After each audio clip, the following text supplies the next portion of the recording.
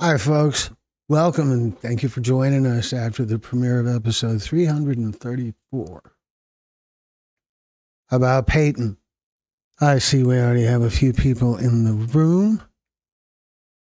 Uh, Focus on my live stream on YouTube.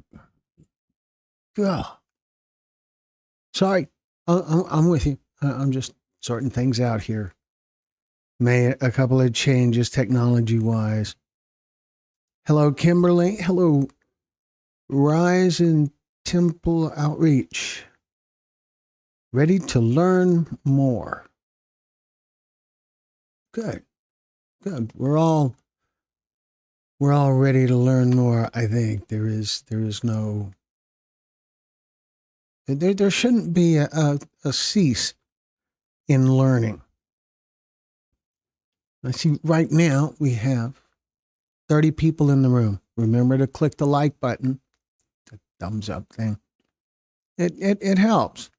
All for his glory. Thank you for making it over. Kimberly says Kelly's story was very powerful and heartbreaking. Risen Temple Outreach. Glad to be here praying for these families. These stories have been life changing for me. My brother went through cannabis induced psychosis. And so when I saw this channel, it made things click for me. Well, that's great. It's not great that your brother went through cannabis induced psychosis. It's great that you're here. And it's great that you found something on our channel that might have helped you a little bit or brought some extra understanding.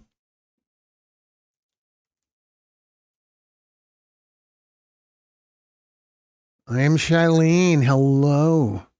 Thank you for joining us. But before we get too far into the usual routine of chat, sorry if I look like I'm looking around. It's because I can't find my mouse. Made some changes here, just little subtle stuff, but evidently it's too complicated for me. But I'm working on it. So, but before we get too far into all of that, I wanted to talk for a couple of minutes about naloxone. You know, this stuff. Or this stuff. They're the same. They're exactly the same. So we're going to call them naloxone because both boxes say naloxone. If you read the active ingredient on both boxes, it says exactly the same thing. So let's talk about naloxone, which is also known as Narcan. And it's also known as the little device that ruins a perfectly good overdose, which apparently for some reason it's a controversial thing. So there's this popular myth that naloxone encourages drug use. Right. Because nothing says a great time like being thrown into instant withdrawal. If that's your idea of a party, you need to have a separate conversation with some kind of mental health professional. Naloxone doesn't make people want to use more. It makes sure they're alive long enough to reconsider using at all. Another myth is that naloxone is too complicated to use. It's not. You take it out of the box, take it out of the plastic wrapper that it's in. You have this or something that looks, it'll have the same shape, but perhaps a different label on it. And you jam it up the person's nose and spray. Push the button on the bottom. That's it. there's nothing to it. It's not like assembling furniture from IKEA. Then there's the belief that only doctors or paramedics should use it. Because obviously in an emergency, what you really want to do is wait around for someone with a medical degree while a person isn't breathing. As it turns out, regular people, friends, family, even strangers are fully capable of saving a life with this. So here's another one. What if you give naloxone and it's not an opioid overdose? Well, then nothing happens. That's it. There's no dramatic side effects, no medical catastrophe. It's basically the safest what if decision you can make in a crisis. And my personal favorite, people say it enables addiction. Yeah, because the real problem in that moment isn't the person dying, it's the possibility they might survive. That's just stupid. I mean, really stupid. The truth is, naloxone doesn't enable anything except breathing. It doesn't solve addiction. It doesn't fix someone's life overnight, but it gives them a chance. And that chance is everything. Because as it turns out, people who are alive have a much higher success rate at recovery than people who aren't. Crazy, right? Anyway, so I just wanted to talk about that a little bit. I bet you guys have heard some really outrageous things about naloxone as well. There we go. I shouldn't cover up the name, right? So, if you guys have heard some myths, there's a lot of crazy ones out there. There was someone who commented that you build up an immunity to Narcan, to naloxone. No, you don't. No. Okay, so I see that I missed a lot over here, but really, you guys have some myths you'd like to bring up, things you've heard, or maybe you've got questions about things you're not sure of about naloxone. Let's hear them. All right, so let me just scroll back a little bit and see where we're at. Oh my gosh, there's just so much. Okay, so crafts and crime. All right. All right, there's got to be a good story into the evolution of that screen name. I have a client at work that I have tried so hard to get off fentanyl. I worry every day he's going to pass before I get back to work. I wish I knew how to help him. I work at a crisis center. That's a tough spot. That is a tough spot. One thing that comes to my mind right away, the biggest deal is never use alone. For someone who is in addiction, never use alone. Have someone else there. And Brenda knows a phone number. Brenda knows a phone number that a user can call while they use so that someone on the phone is with them. And if they become unresponsive, they can call 911. It's far from a foolproof solution. Having someone with you is far better. But that is something.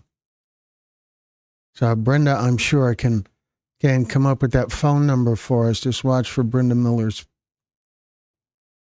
comment here. All for His glory. Thank you for being here. Glad you made the move. Hello, April. Glad you're here. Did you see the story, April? Did you see it? Did you see all the credits? This is our first story from the Memphis Summit, and we've included more credits for the organizations, the awareness organizations that were involved in making this happen. And the reason for that is it's so vitally important that these organizations all work together. And this one event that for me was simple. For the organizers, it was not. They did a lot. And they worked together. We all have the same enemy here, and the enemy of my enemy is my friend, Sun Tzu said. So it was moving to me the way these different organizations came together and helped make the Storytelling Summit in Memphis a great event for the storytellers who were involved. And so, yeah, you'll see their logos right up front, and then they're all mentioned in the credits as well. Unless I missed someone, which is certainly possible. Anyway, let's see, where was I? Risen Temple Outreach, glad to be here praying for the families whose stories have been life-changing for me. I got that one. I am Shailene.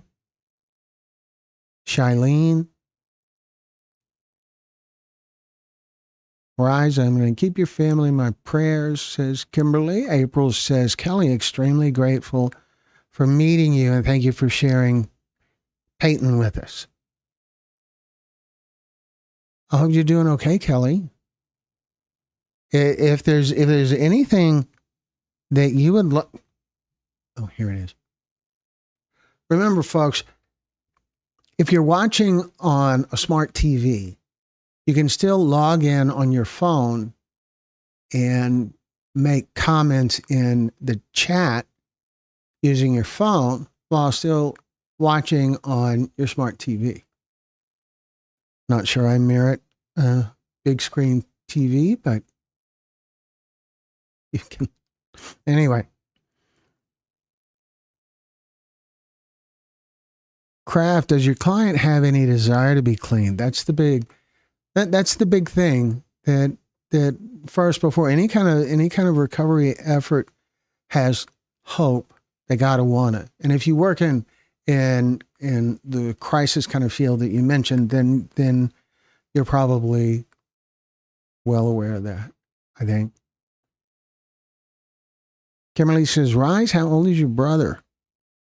Kelly, thank you everyone for watching and listening to Peyton's story. Yeah, okay. And that listening thing, that just because I'm a filmmaker, and when I hear, yeah, I listen to it.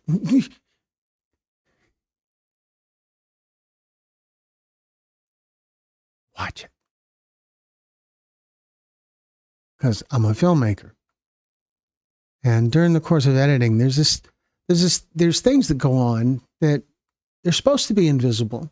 I'm supposed to be invisible to the project. Rarely do you typically hear my voice. Sometimes you do. Sometimes you hear the whole conversation. But I'm supposed to be invisible, but the story is supposed to be in your face. And so there's times when editing where a single edit takes a while because just to get it exactly right between a wide view and a close-up to where the blink of the eyes match or the head position or whatever. So when I hear, while we listen to it, I just kind of, it's just me. Filmmaker stuff. Sorry. So,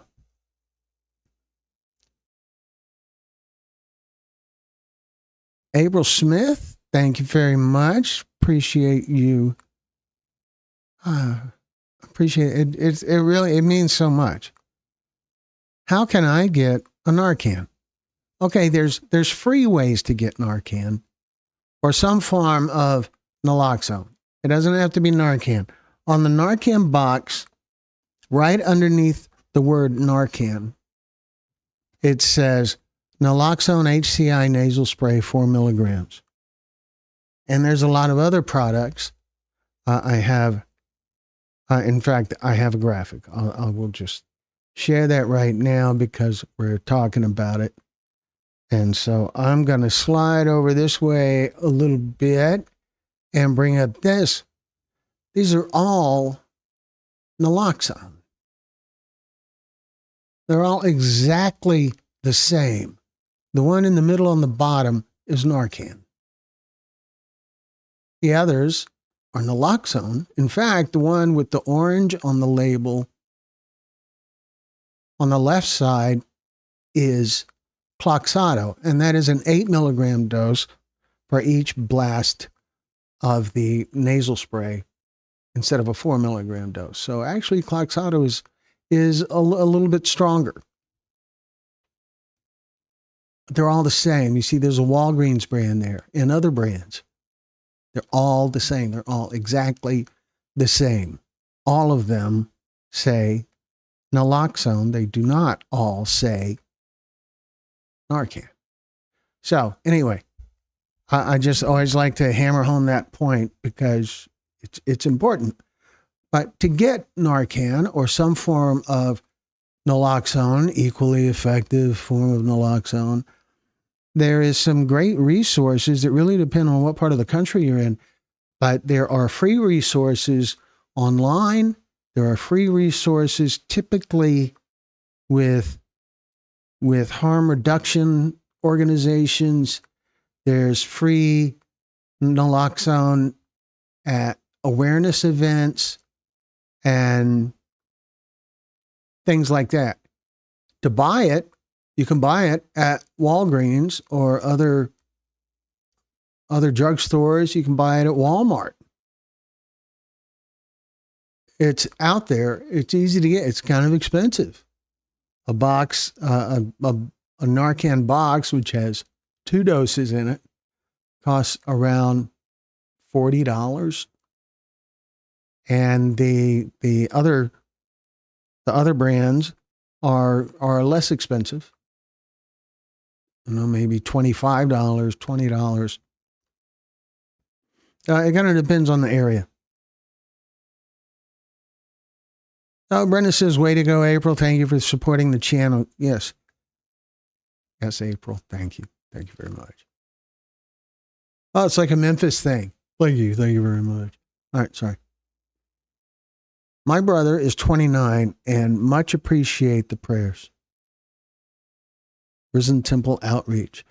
We also have a series of addiction recovery stories on our channel. There's over 60. I think there's over 65 now. Stories of recovery. And they are powerful, and they are stories that tend to have happy endings. And it's in our playlists.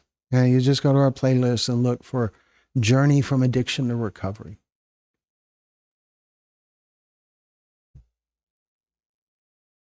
Crafts and crime. Brenda, some days his past is so tragic and traumatic, I think it makes it hard for him.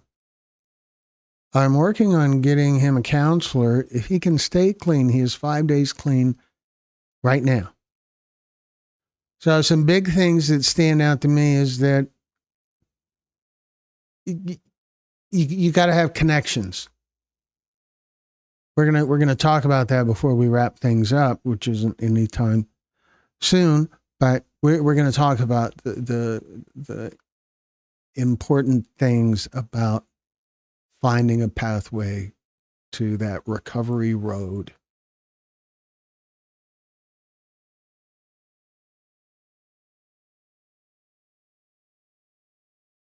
Kimberly says the driver had thrown it outside. I must have missed something there. April says you can get free naloxone at your local health department for free, depending on the state you live in, but most states, your local health department. Brenda says, Kraft, I understand. I was born to a raging alcoholic father, and things went downhill from there. 5 days is awesome. Ask him to do me a favor and lean hard into all things recovery. Lean hard into all things recovery. Yeah. You got to really embrace it. You got to clear out. In AA, they say you got to change your people, places, and things. It's a simple little catchphrase, but you got to really do that. You got to find new connections. There's a lot of comments out there. There's a lot of people who say that connection is the opposite of addiction. Connection. And there's a lot of opportunities for connection out there. It could be AA or NA. It could be church groups. It could be some other kind of support group kind of thing. It could just be a group of new friends. There's lots of ways. It's the focus on what's important that matters.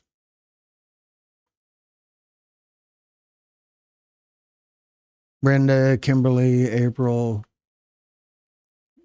whoever, correct me if I'm wrong.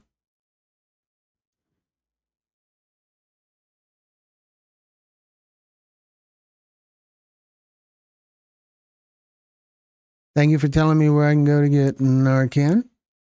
All for his glory. April is asking, all for his glory, what state are you in? Kimberly, April, he was alone when guy overdosed today. That's terrible. Dawn Brooks, thank you for being here. Dawn is one of our event coordinators from Mississippi. She did an awesome job with that, and very grateful to her. Had a great time, a little bit of social time with her and her husband afterwards. It was really nice.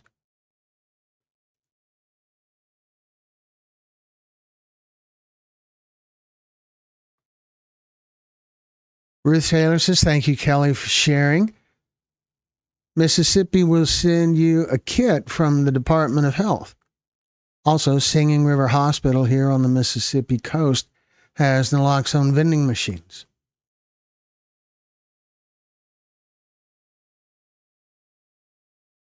In Florida, April says in Florida we have free naloxone stands throughout the state.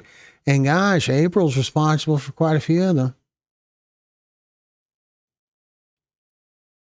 Brenda Miller has a news flash. I was already addicted when you Narcaned my butt. You just saved my life and gave me another chance at recovery. I'm sorry if I hit you when I woke up. Thankful to be clean today.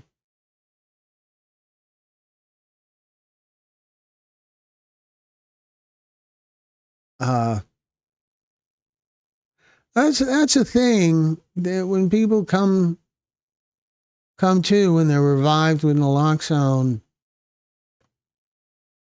they could be pissed.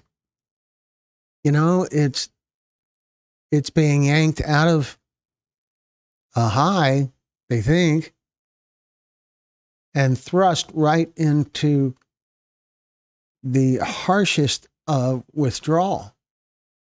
Because it's not a taper off thing. It's suddenly the opioid isn't getting to the opioid receptors at all.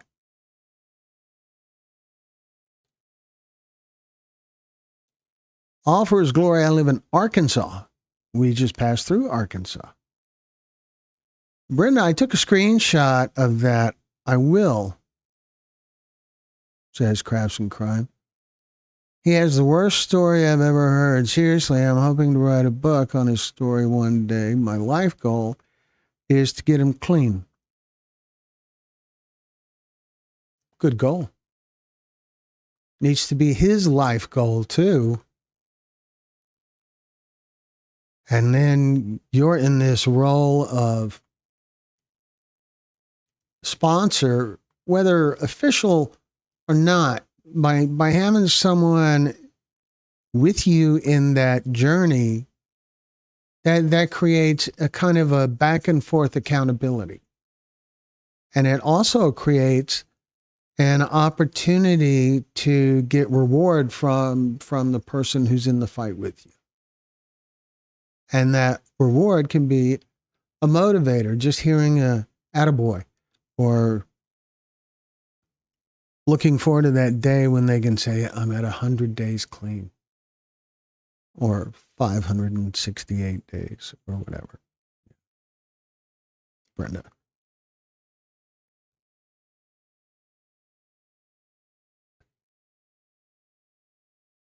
Yes, Brenda, we are glad you're alive too. How did you learn about naloxone? Well, I've been through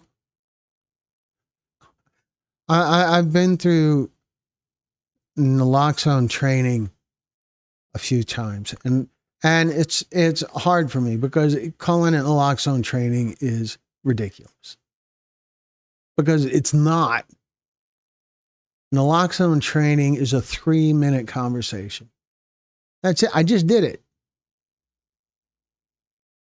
What's in naloxone training it's things like how to recognize an overdose, what the symptoms are. And they talk about the big one is pinpoint pupils.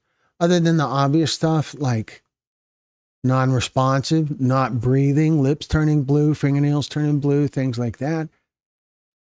Pinpoint pupils. That's a good indicator that it's an opioid. So that's what naloxone training, and none of that. Symptoms don't have anything to do with naloxone training. It has to do with recognizing opioid overdose training, but it's not naloxone training. It's not Narcan training. That's nothing.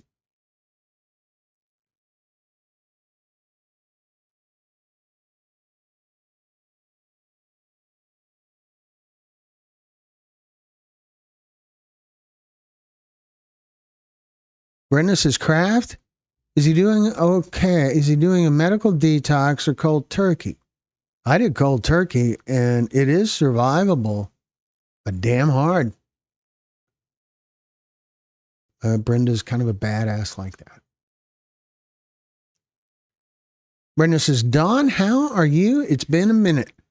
Dawn says, April Smith, I've gotten the Narcan, and I'll be contacting you about the boxes to put out when I get the okay from the community. It's weird how communities will react to the idea of having Narcan boxes or naloxone boxes in their community. It's very weird. I was at this church once. Doesn't matter what church. But I was at this church once, and I saw the youth pastor checking out the first aid kit that was in the kitchen and evaluating what needed to be restocked and things like that. And so I just nosed my way right in there, and I said, well, I don't see any naloxone here. And he said, naloxone, what's that? And I explained to him what it was. And his reaction was kind of, well, we don't need that here. He didn't say that, but his facial expressions kind of said it. And that's really that stigma coming out. But the way I saved it was I pointed out that other people walk through the parking lot. It's next to a busy street, and people walk through the parking lot, and there can just be some stranger, not a church member, of course, but some stranger unconscious in the parking lot. And that made it okay. So I went out to my car and I got a couple of boxes and we put them in the first aid kit. Hey Brenda, have you sent your friend request? Kimberly asks. Never use alone. Okay, here's the phone number for what we were talking about a moment ago. The phone number about never use alone. Never use alone. Holy cow, that's so important. Brenda shared the phone number. Never use alone. 1-877-696-1996. Never use alone. 1-877-696-1996.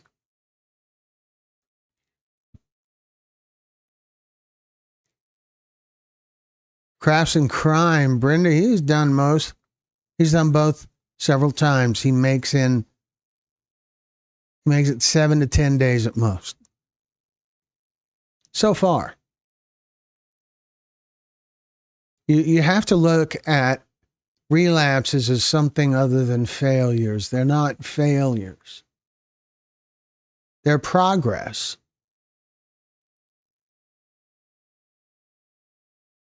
Every time on that sober journey on the way to what turns into a relapse, there's new information. The person dealing with the addiction learns new things and grows. And then a relapse is a setback. It's not a failure.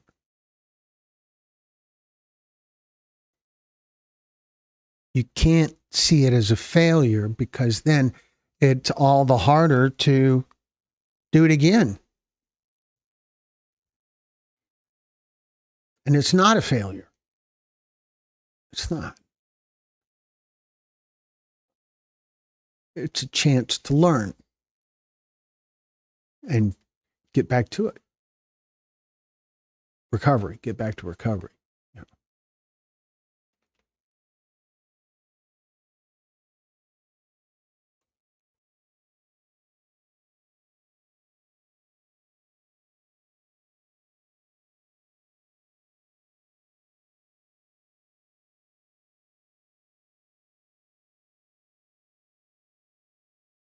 Don says, Brenda, yes, it has. I've been busy and family visiting for a couple of weeks. I hope you're well.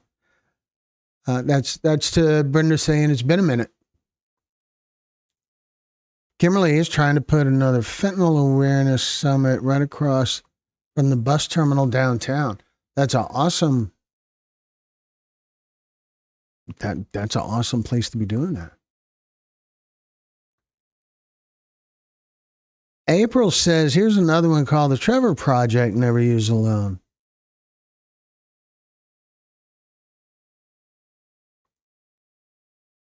Very important to work together and not against each other, says Dawn.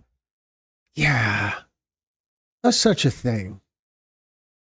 And things just don't always go that way with some of the awareness organizations that I'm aware of that they're supposed to be all in the same fight. They're supposed to be all working toward the same goal.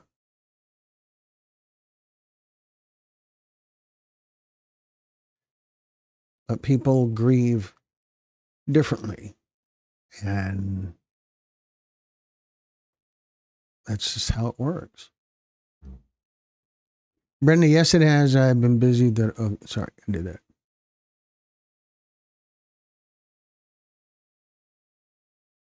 Yes, Glenn, you did really great with all of the credits. Yeah, I keep going back to the credit up front with all of the organization logos, and I really like that because of the implied message that one visual communicates, which is missed if you're just listening and not watching.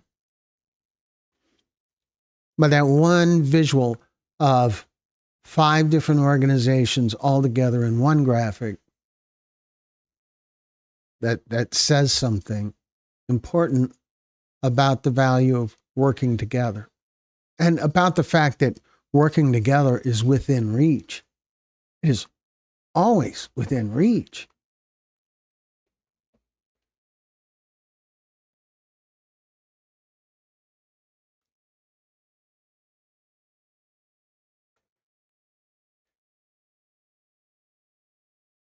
Brenda says, Kraft, please tell him with fentanyl, he must get past the 10 days because this is when the symptoms start falling away. Mine lasted 16 days, but I was in my mid-50s, so my metabolism is slower. That's really critical stuff. Kimberly says, rat on a Cheeto. If you guys don't know about that, that's a phrase that I throw out kind of frequently. Like Brenda is on it like a rat on a Cheeto. April says, yes, working together makes everything stronger. And I think probably makes some things possible. I think there's that. If there's this thing that happens in working together is that there's unified hope. Brenda, oh my God, that's such good advice.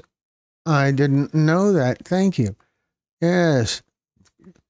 Crafts and Crime said that. Getting past 10 days. I didn't know that either. As I read it, it seemed familiar, and so I think maybe I'd heard it before, and it just escaped me. I forget stuff because my brain is so full.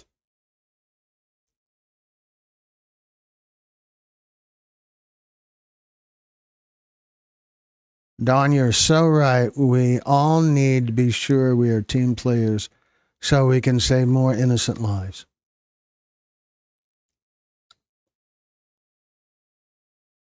They don't even have to be innocent. Saving lives is saving lives. If they're not innocent, they're just not innocent yet.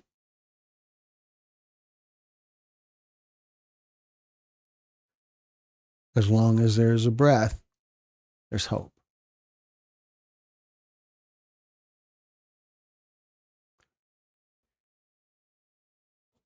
Kimberly's asking, Brenda, you're avoiding me? Oh, I'm sure she's not. I'm sure. Brenda says, Kraft, you are very welcome. If you or he have other questions, my email is bgmiller1@gmail.com. You can see it right there in the chat, folks. You can copy and paste it. Dawn says, exactly, Brenda. There are some issues with some that will want all of the attention, and it is really horrible. Yeah, it is. Pinky 101, where did you come from?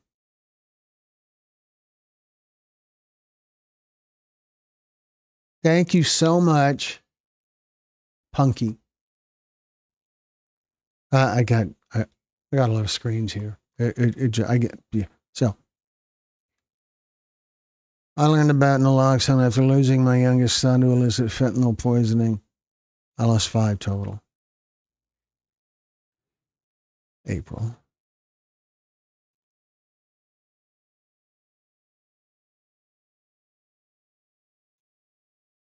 We need to be team players, says Don Brooks. All their lives mattered. Definitely.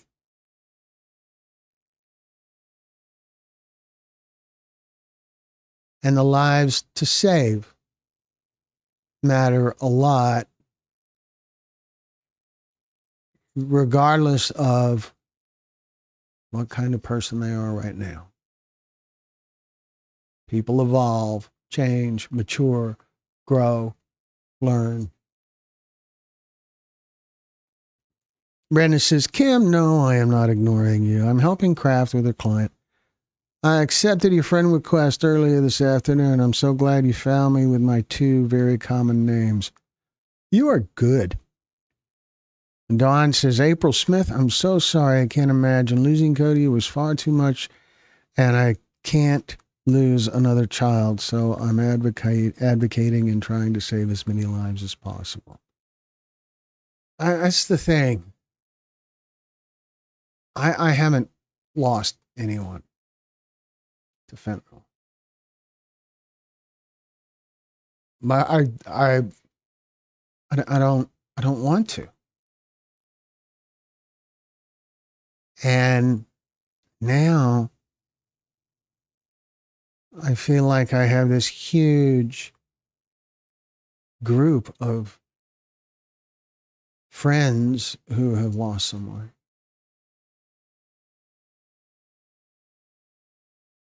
It's a strange spot.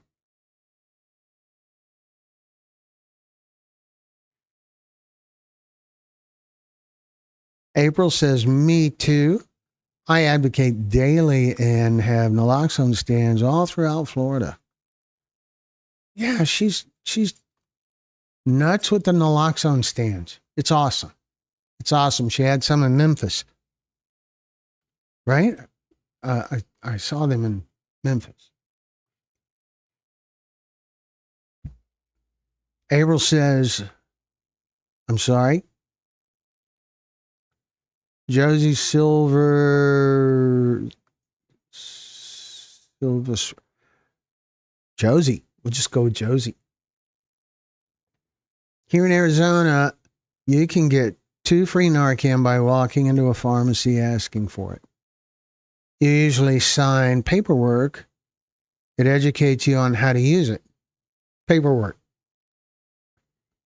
Yeah, paperwork. There's no need for a class, no need for training other than simple paperwork. And holy cow, on the box, there's instructions right there, with pictures and everything. It is not complicated. On this box, look, also pictures. Picture. Where should I put this? I should put this right here. On this box. On this box too. Pictures. It's easy. So,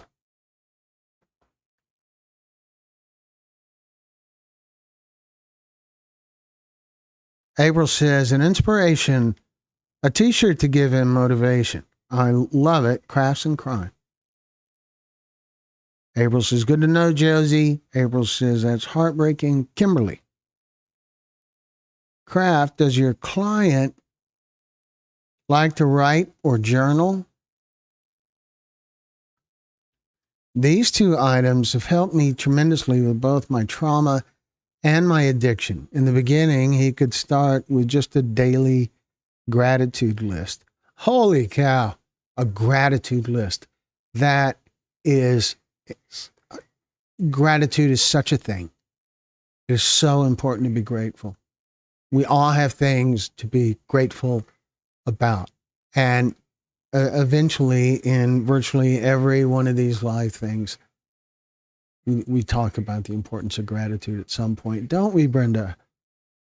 Gratitude is it's recognizing all of the things you have to be thankful for, to be grateful for, is a great mental exercise.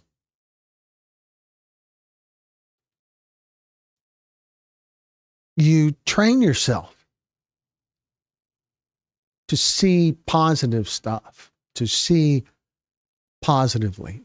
And with that comes more positive things because you attract what you dwell on.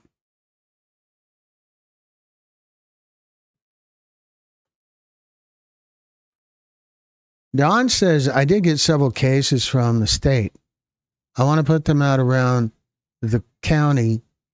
But yes, April, I will be in touch with you. You're doing amazing things. I'm doing things with Cody's Foundation. And see, there's two different organizations right there working together just like that. Such a big deal. I know I said it before, but love the graphic of the organizations that we worked with in Memphis. Of the organizations, not that, not they didn't just work with us. They worked with each other. They worked with each other. We should all be doing that. All of the groups should be working with all of the groups. It's so stupid not to. It is just crazy. It is so counter to what you claim your goals are to do anything derogatory toward any group that has the same goals. That's stupid. It's just crazy stupid. Let me see where I'm at here. Brenda, Crafts and Crime says Brenda's mom sent him to jail at 6 years old because he was an out-of-hand ADHD kid. Then at 12, he killed his stepdad because he was molesting him and then started on his sister. But he killed him. Oh, my.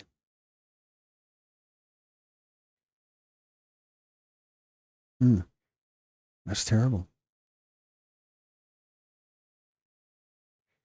Josie says recovery is possible. 6 years clean after 12 years addiction. Claims chains of addiction can be broken. Yes, we have the room has quite a few bright and shining examples of that. And it is so wonderful to have people in recovery in this group. It's wonderful to have anyone in the group, but people in recovery have so much wisdom, so much life experience that others can grow from. It's wonderful that you're here and that you're sharing.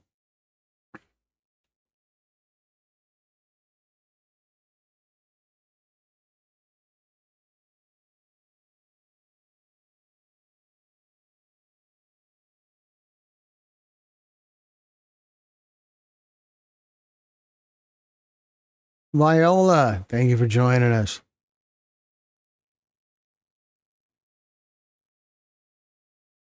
Brenda, because he thought he was being cheated on, never knew what love was. I know, Glenn, I am not giving up on him, says Crafts and Crime. Yeah, you can't give up on anybody, you know. All you can do is all you can do.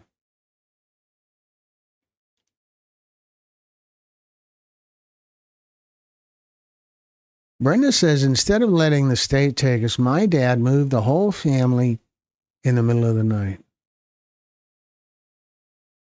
Crafts and Crime says, I can't wait for even 30 days clean. That's you'll get there.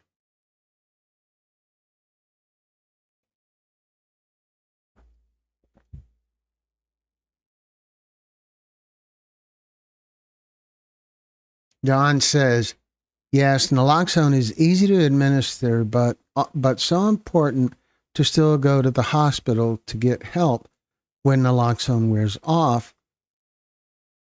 so that when naloxone wears off, they don't overdose again. For sure. It's critical. It says on the box to seek medical attention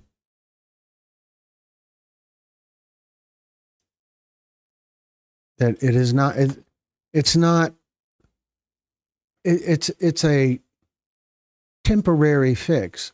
It buys time, and it can wear off before the opioid that caused the overdose wears off. We have stories in our series where that's the case.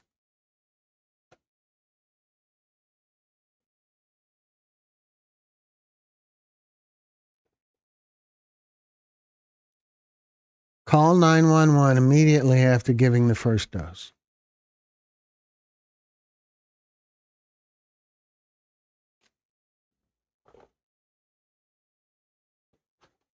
It is so important. It is so important to have, there goes the dogs. It's so important to have some sort of plan for after. Got to get medical attention right away. Got to. You have to.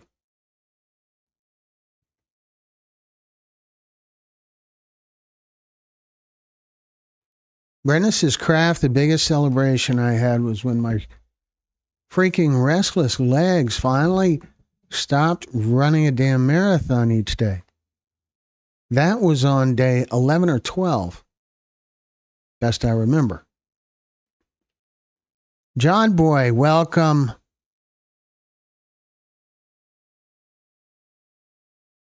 John Boy is in the UK. I don't remember where in the UK. I've been there a few times doing industrial projects and loved it for the most part. A couple of not so pleasant moments involving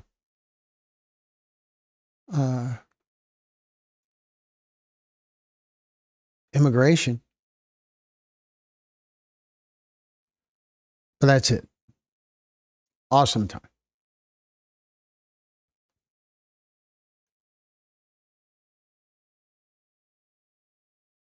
Brenda, yes, his Crafts and Crime says, Brenda, yes, his legs and feet never stop. Did you see his story?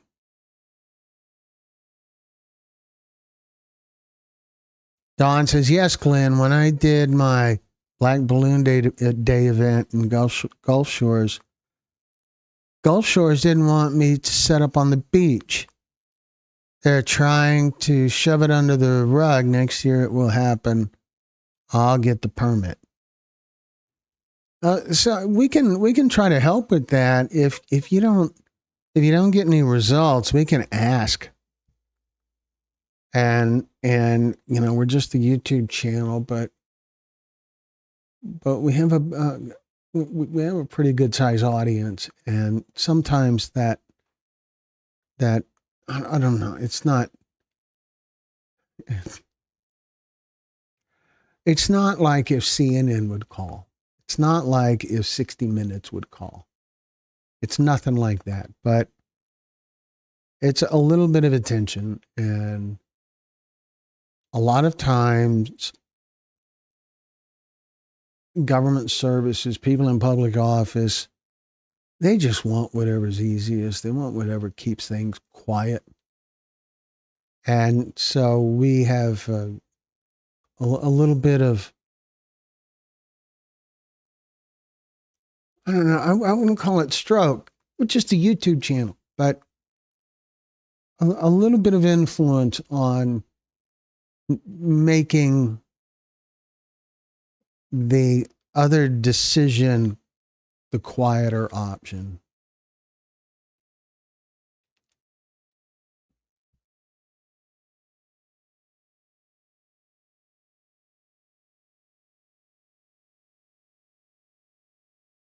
Don says, ugh.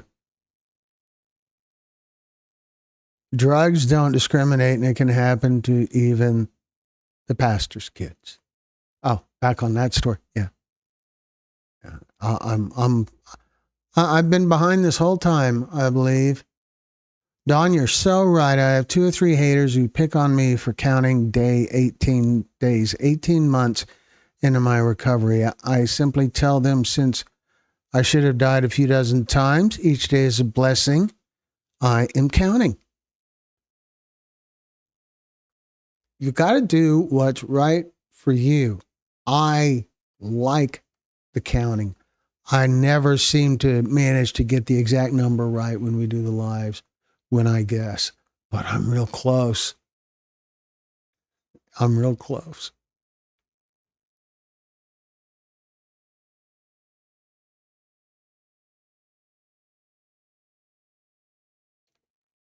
Don says, so glad you're here, Brenda, and every day is a reason to celebrate. Forget the haters. You're loved by a lot of people.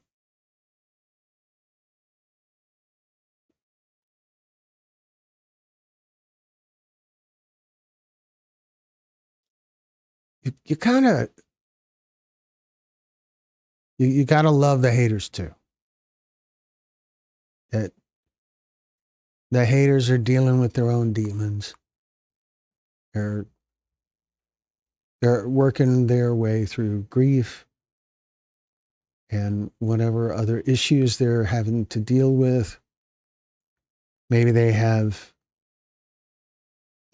lost someone, maybe they have some agonizing thing from a decision they made long ago.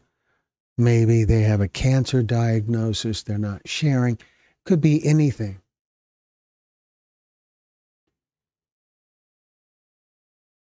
Gotta love the haters too.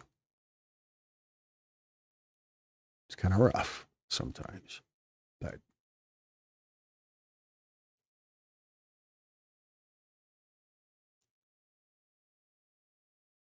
Don says, definitely not a failure. It's a reset to try again. And that's what a relapse is. And it's not even a reset. It's a reset would be a deep dive back into the addiction. A relapse can just be a momentary loss of judgment. And so it's not exactly a reset. It's just a stumble. You can keep going down the road.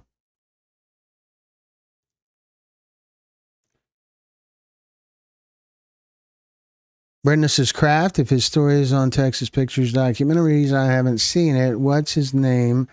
And I will rewatch. By the way, I did 4 to 7 days about 24 times before I found lasting success. So another thing about that, doing 4 to 7 times, 4 to 7 days, about a dozen times, you get better at it, I would think. That maybe there's a time when you start thinking about, well, I'm just going to try it again. Because you did it. You did it for a while. You got somewhere with it.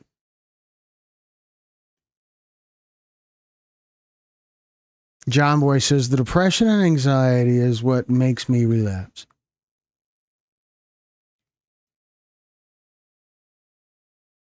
So depression seems like a lack of connection. Like being with others can help. Anxiety seems like it's not being with the right others. Maybe.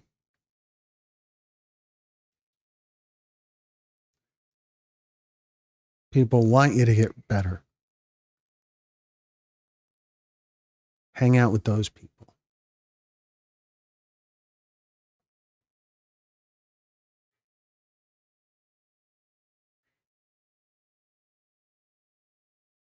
Crafts and Crime says, Brenda, what made you fight at the end? No, his story is not on here. No, his story's not part of our channel, but can be.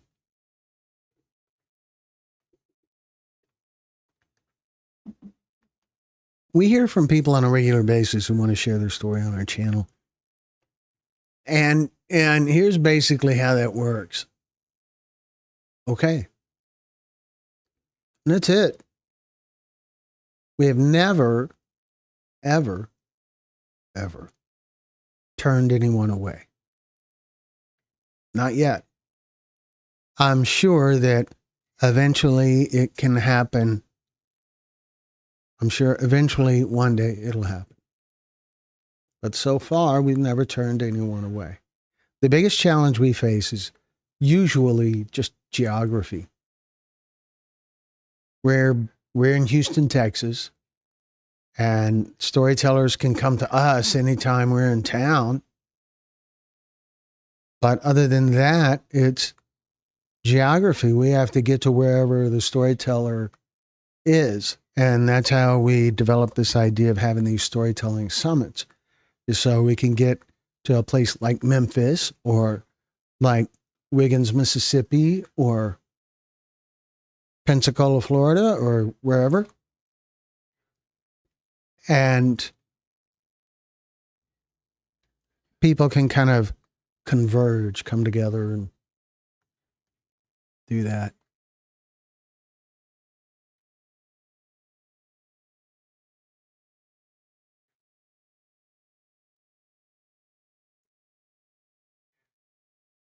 Maybe I could catch up, but I kind of doubt it. Dawn, some cities are making balloon release have all biodegradable material and no strings allowed. Absolute insanity. I love animals, but I think humans are a bit more important. Yeah, I think that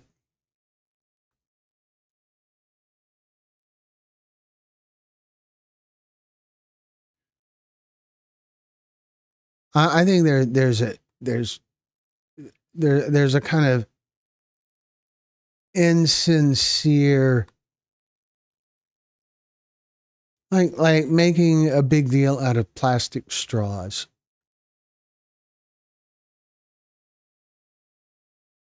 I don't know.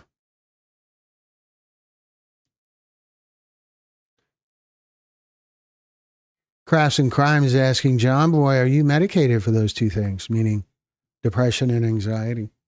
I assume. And Lila Muse is here. Brenda, I hit send accidentally. What I was saying is one day at a time is always good. I hit send accidentally is telling me that I must have missed something earlier. And somehow I feel extra responsible to recognize messages from my mother.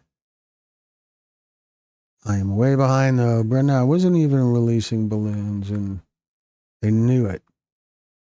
Each family ordered their loved one's yard sign for me to put out at an awareness event.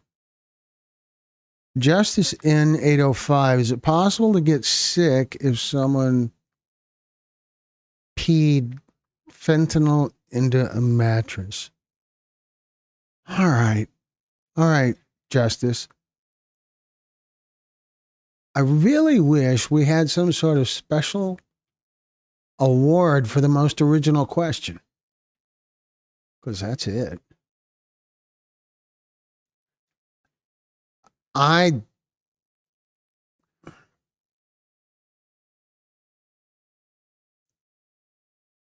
I, I don't in my head, no, but I don't know.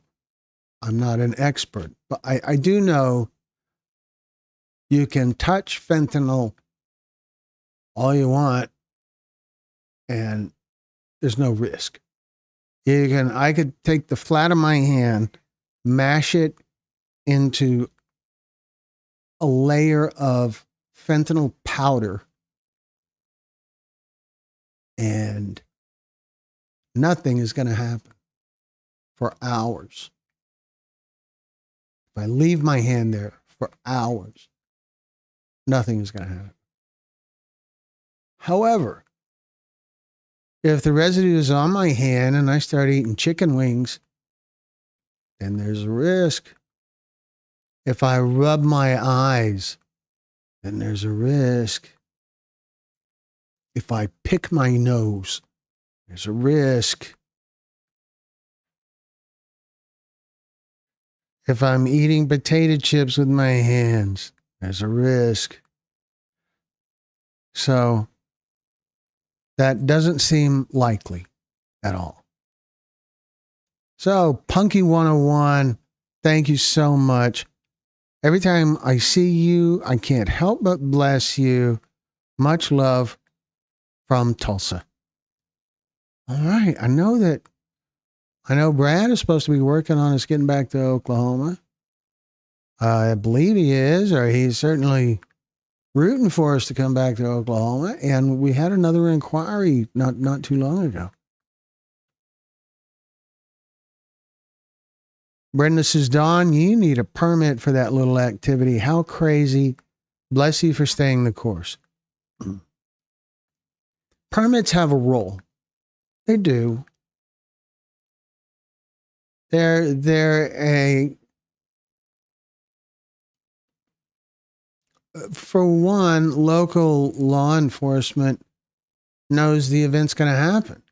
It mandates that they know, and may take some little effort to maintain security or not, but having the permit is a public,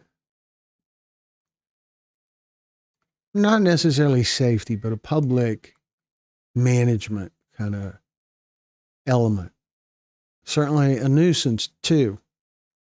If you're going to shoot video on a city street, you don't need a permit for that unless you use a tripod in Houston. Probably in all of Texas, but Houston is what I know about.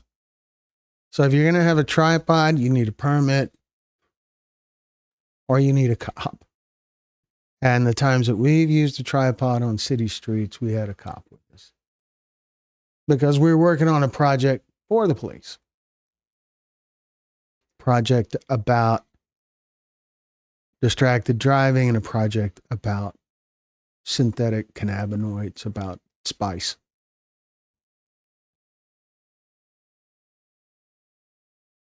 Brenda says, Justice, once fentanyl exited the body from in the form of urine, all of its active ingredients have been consumed. All right. Well, that's what Brenda says, and I have a lot of faith in Brenda. So Brenda has an answer.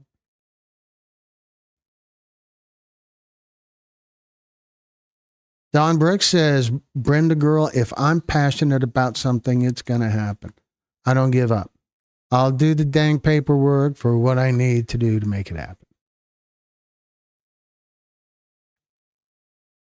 And I'll bet the permit entitles you to some stuff, something. You'll have to look into it. I could be wrong. It's going to happen one day. Crash and Crime says, John Boy, I would definitely look into that. Mental health has to be addressed before you can be successful in beating addiction. It will help a lot. I've had depression for 25 years. There's definitely a relationship. The addiction is a symptom of something else. I hear that over and over from people that are in recovery, people who do counseling, all of that. Addiction is a symptom of something else.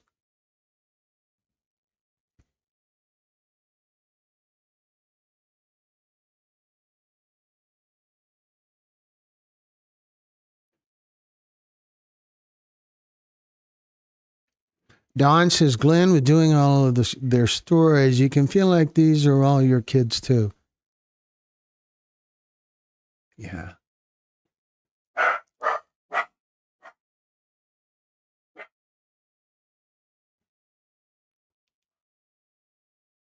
Yeah, that kind of happens sometimes.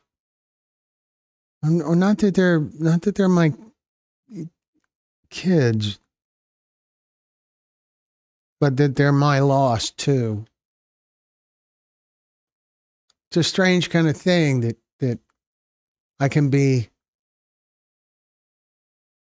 at a mall or something and see some teenager who looks like a victim in one of our stories. And it's not that I look at him and I think, oh yeah, that guy looks like Peyton.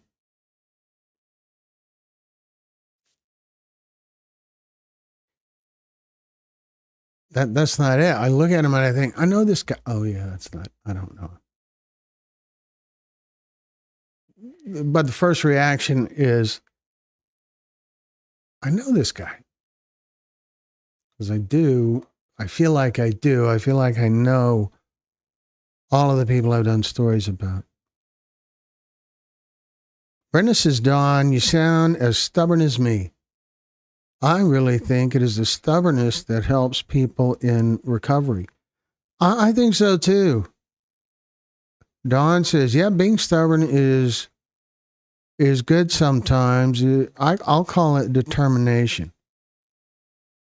Yeah, a rose by any other name, uh, stubbornness can be called determination. It could be called commitment.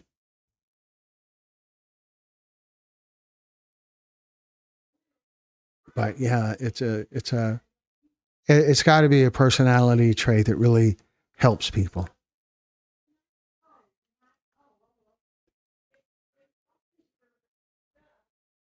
Sounds as stubborn. I really. Oh goodness! Look. Oh God. John Boy, cash and boredom are my two biggest triggers. I relapsed on each many times before I found the gift to fully surrender. Don says, Amen, Glenn. Don't know to what. Lila, thank you. Brenda says, Lila, thank you. I try to determine why the haters are so negative. Maybe they haven't been loved enough. Now,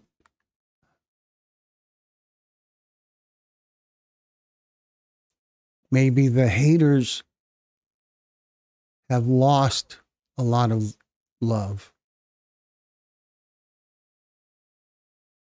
Maybe they're just at a different spot in their grief journey.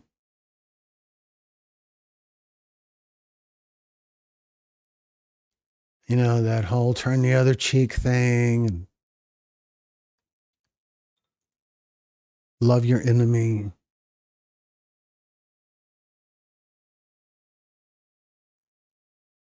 Brenda says, Craft, this group has been counting with me since the very early days of my recovery. They are the greatest support group around, bar none. Well, I'll take that, but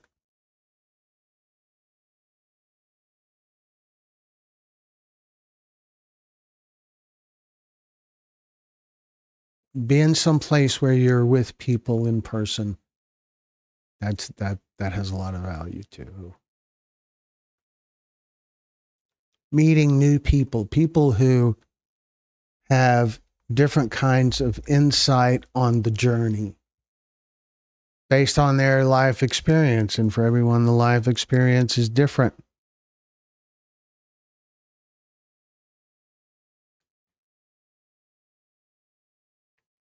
So,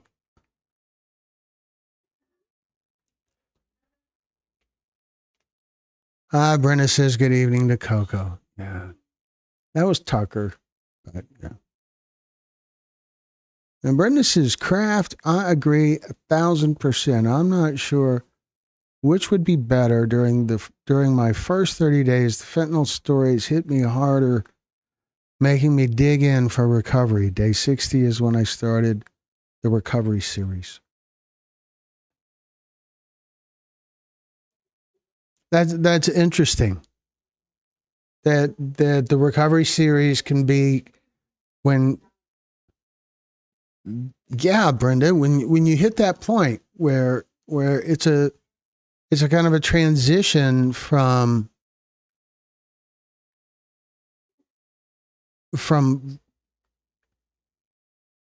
anger and fighting with rage to being at that point where you need to hear success stories. You need to hear hope. Lionel Muse says maybe it's you resetting determination to make it. That's a good thing. That's a good way to look at it, because it is the determination didn't go away. Maybe it got distracted.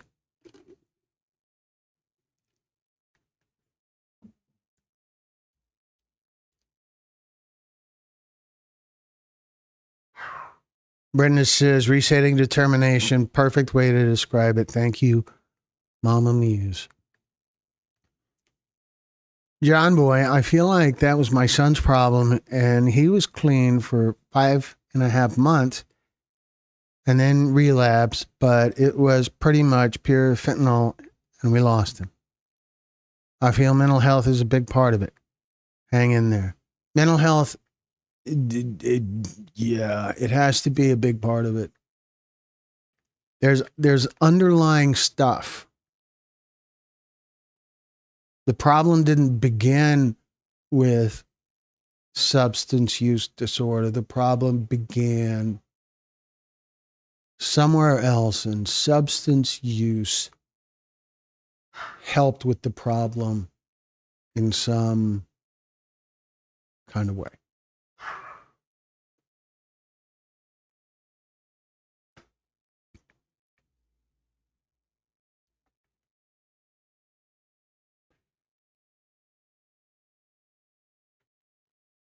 Brenda says, Dean, you're so right.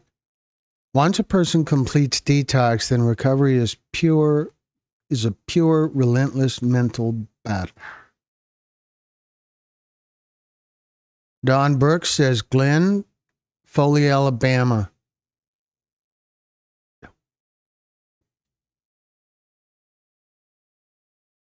Okay, but we didn't meet there. All right, so anyway,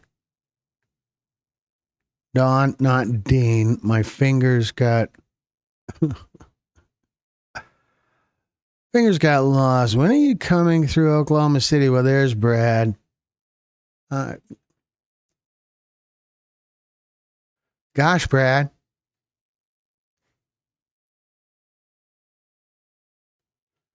I was thinking about the picture you sent me earlier today. You're asking when I'm going to come through Oklahoma City. Are you asking me when you might have an opportunity to earn $20?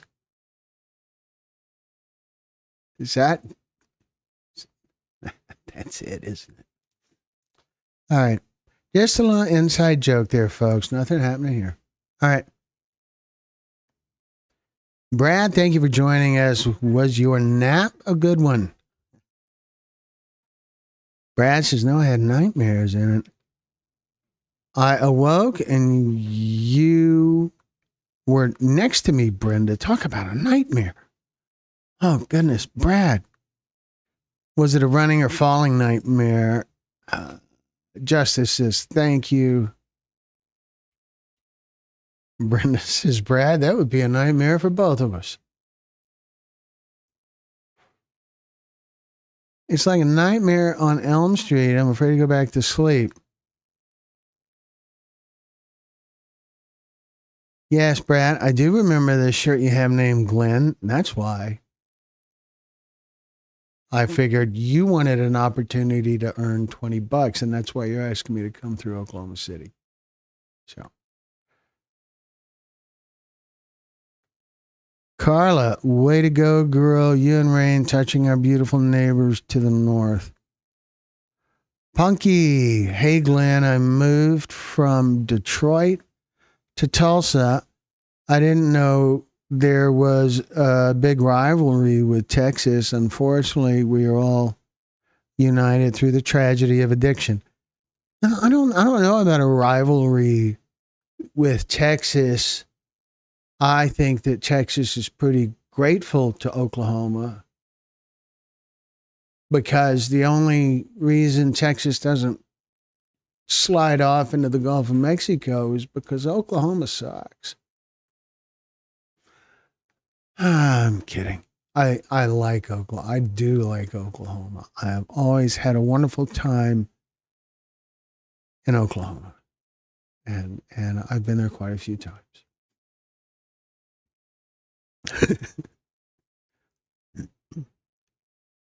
Lynn Galerno.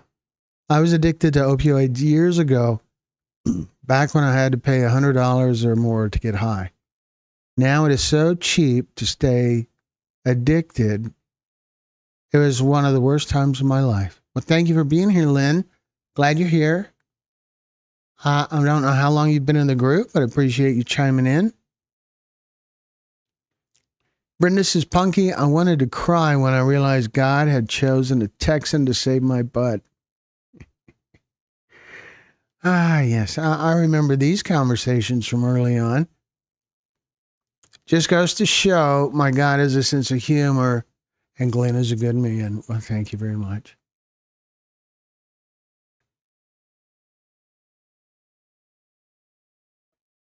Punky, Brenda says, Punky, why Tulsa? I understand leaving Detroit. Came to care for my sister and never went back.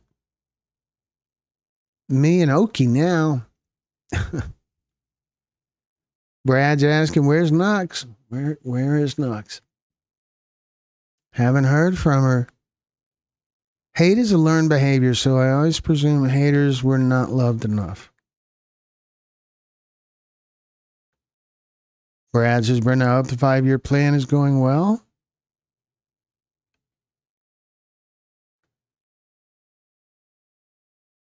Brenda says, Punky, I was drug kicking and screaming to Oklahoma and was moving back as soon as I turned 18. Then I fell in love with an Okie and gave birth to an Okie. So now I'm an Okie till the day I die. Can't be sure.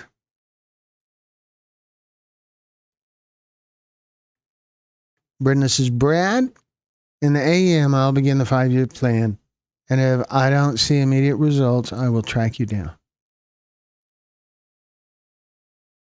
And Punky says to Brenda, a bunch of emojis. That's cool. Brenda says, Brad, still nothing from Nux. I'm not sure if I should keep pestering her.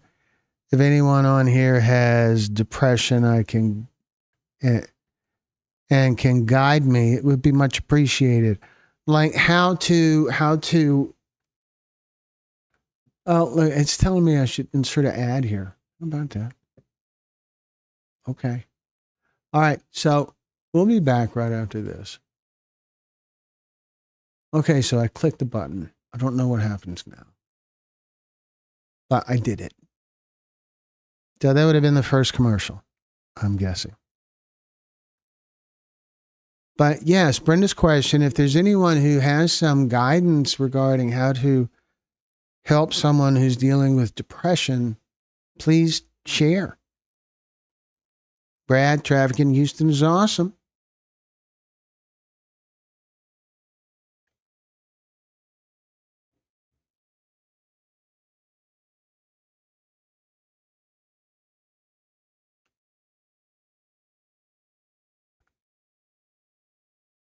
Brenda asks, what is the best thing to ever come out of Texas?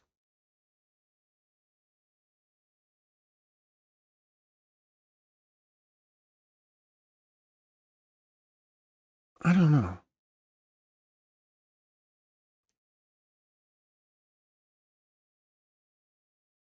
I don't. When I think about Texas, as far as how it contributes, oil is a big one. But oil's big in Oklahoma too, and it's big in other parts of the country. It's big in Louisiana. Brad says, Glenn, you're a godsend to many, many people. Well, thank you, Brad. I feel so very blessed to be doing what I'm doing.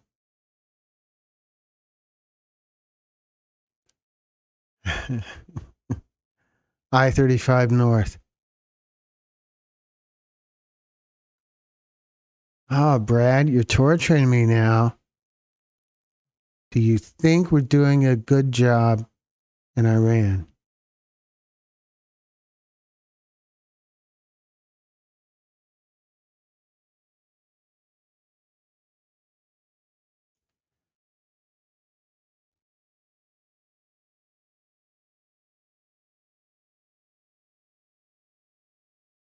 I don't know. That's really the best answer I can come up with is I don't know. I don't. I don't. I remember. I remember talk about the war in Ukraine, and I remember President Trump really focusing, hammering on the point of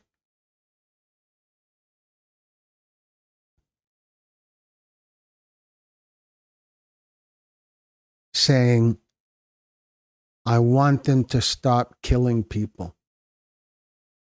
I remember him saying that a lot, and I remember liking that. And I have a hard time sorting out how to reconcile that in my head with what's happening in Iran.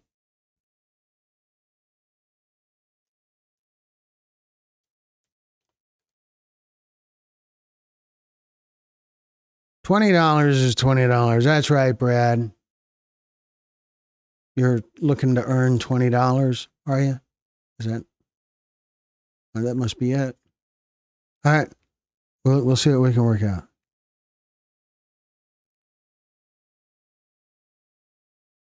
I hear Texas drivers are crazy.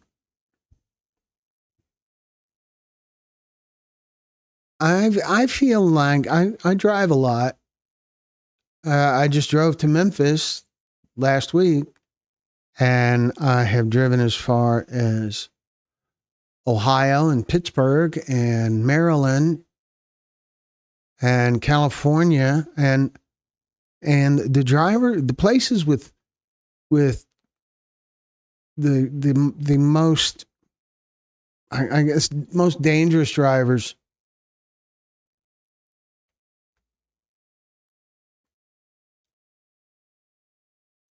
The ones that stand out to me are Pennsylvania, just grouchy drivers, and Los Angeles, that's just nuts. And that's about it. So, all right. Brenda says, Dawn, that is what I thought because that is what I did with my trauma induced. What? Mutism? When I was younger. Thanks.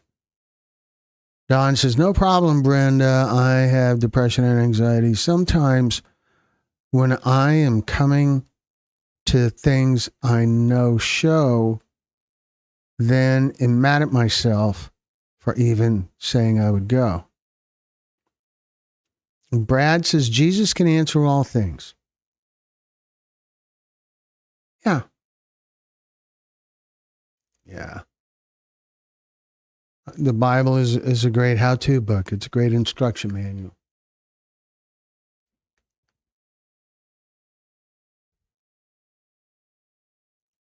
Don Burke says, yes, bless you for understanding.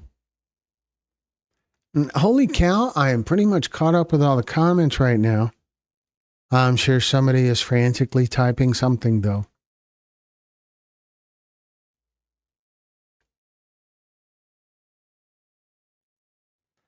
So I do want to talk to y'all about. We have been here 90 minutes, and it is about time to wrap it up. But I want to talk to you guys about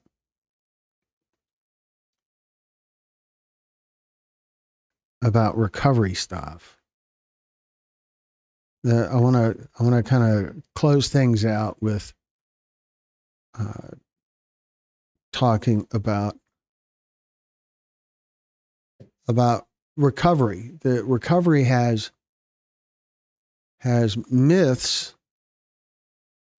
Oh, come on. Technology's giving me grief again. All right, so here we are. What's your secret to keep that youthful look? Well, it's a special camera, Brad. We can go with that. That can be good. Because, I mean, it's clearly, it could also be your eyesight. And that because you're an old guy, your eyesight is about shot. And so I come across looking young.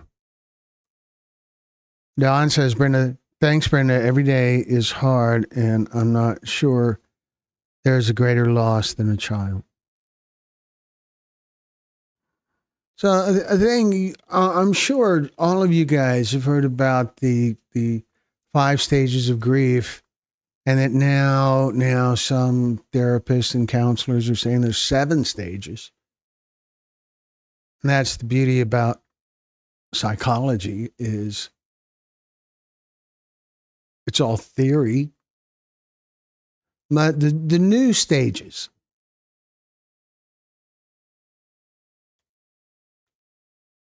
that a lot of therapists are embracing, and something kind of in line with what me and Greg Swan and other people have been saying for a long time, is there's a 6th stage of grief, and that's purpose. Now, what therapists are saying is there's 2 new stages. There's memorializing and mission or purpose. And memorializing is like in a lot of bereaved parents' homes, there's some sort of like a shrine, a few shelves that are dedicated, or a picture montage on the wall, or whatever. There's some sort of memorializing their loved one. And then purpose or mission is finding a way to pull some value out of the loss to help others.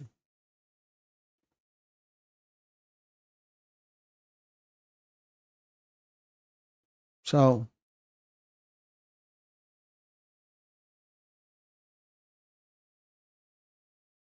Don says, "Oh, I think that grief bounces all over from stage to stage and back. It's never the same with all." For sure, grief.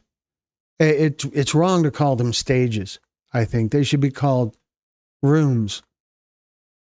And someone dealing with grief bounces from room to room, back and forth. If there's 5 rooms, you go to room 1, 2, 3, back to 1, then back to 3, and then maybe 4, and then 2, and then 3 again, and then 1, and then 5 for just a short little period of time, and then back to 2. It's crazy. It's like you're in a house that's got 6 rooms, and you're just moving from room to room looking for your phone. And you can't remember which room you've been in, and so you go back into this thing. So calling them stages is I think pretty misleading. That's just me. But I wanted to talk about recovery for a minute before we wrap things up, because we've been here almost an hour and 40 minutes. So there's these. It's hard to understand recovery, and I don't pretend to understand it. But I think even people who have been through it, uh, It's different for everyone. So, but there are some key points that I want to address before we wrap things up. Don says that's good, Glenn. Rooms, good way to look at it. Yeah, that bouncing around from room to room looking for your phone, you can't find it. You think you can hear it, but yeah. Anyway, so about recovery, finding recovery from substance use disorder isn't about willpower alone. It's about connection, access, and knowing where to look for help. If you or someone you love is seeking recovery, the first step is reaching out, even if it feels uncomfortable. Start with a trusted person, a friend, family member, doctor, counselor, because recovery rarely happens in isolation.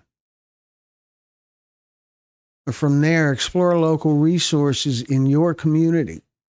Many cities have outpatient treatment centers, peer recovery groups, and nonprofit organizations dedicated to helping people take those first steps. You can also use national resources that are available 24/7. In the United States, SAMHSA, the Substance Abuse and Mental Health Services Administration, has a national helpline. It's a free, confidential service that can connect you to treatment programs, support groups, and community organizations in your area. Recovery meetings like 12-step programs or alternative peer support groups are widely available both in person and online, making it easier than ever to find a community that understands your journey. And that's a big thing.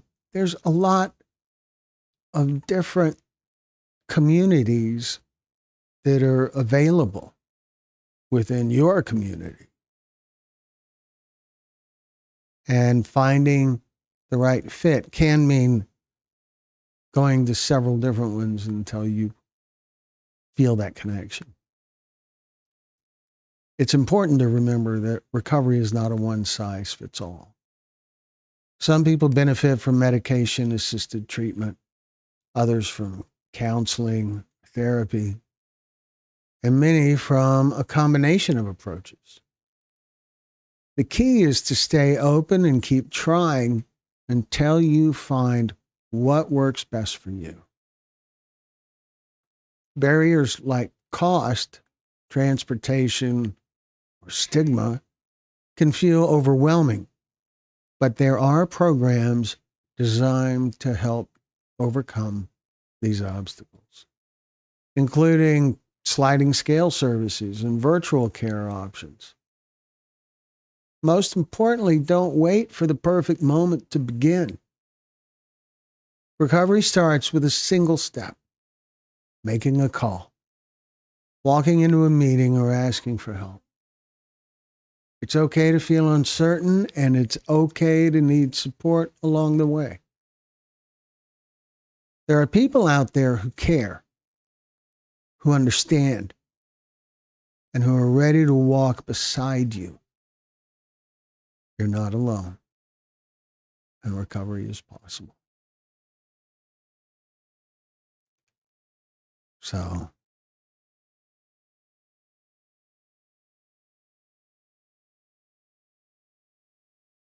recovery is such a big deal, and it's so within reach.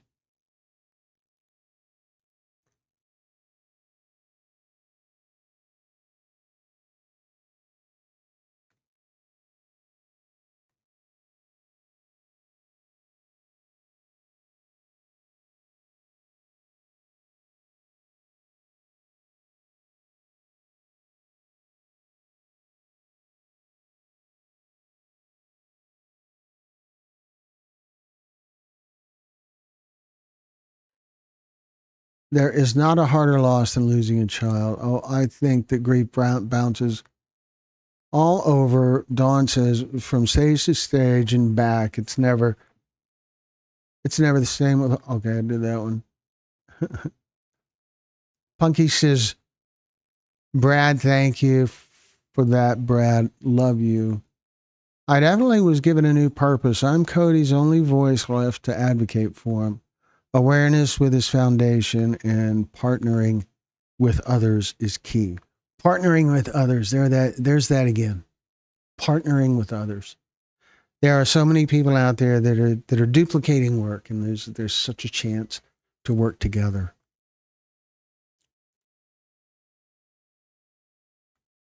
Don, there is no greater loss. I'm so proud of you all for fighting for your lives.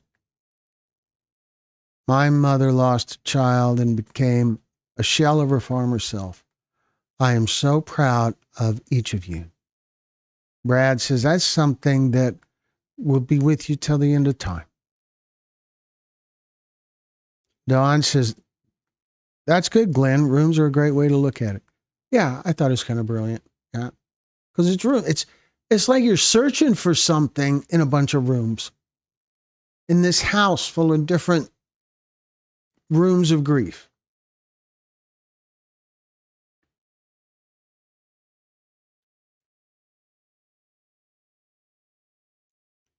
Brad says, Punky, I love you too. Yes, Brad.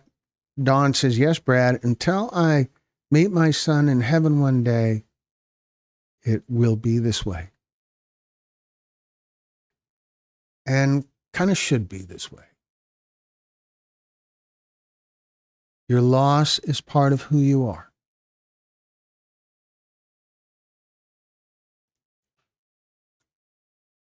Punky says, Don Brooks, sending you courage, strength, and big hugs with love.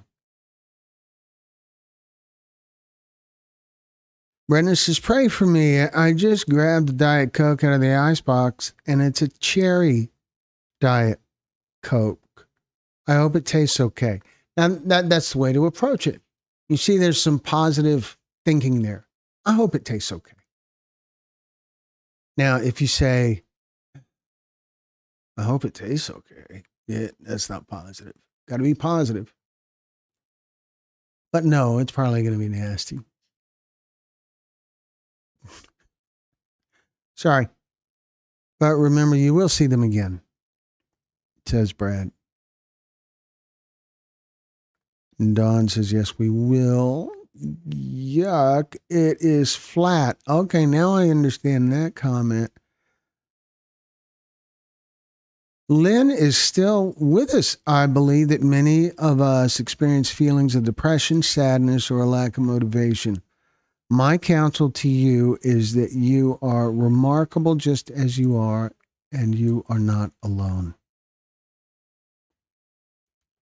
You are not alone. Damn it. That's a big one. You're not alone. If you feel alone, you're doing that. If you're not doing that, you have the power to resolve that so that you're not alone. It's within reach.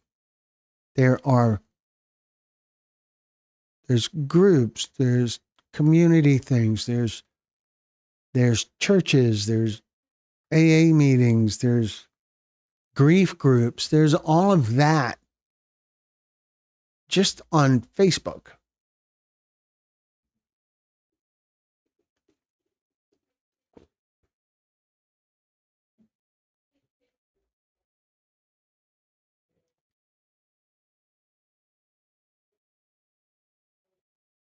Brad says, please, all of you, don't ever forget we will see them again.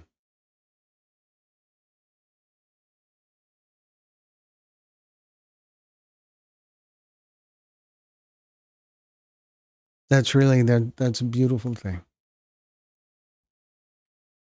And has to be accurate, right? Has to be.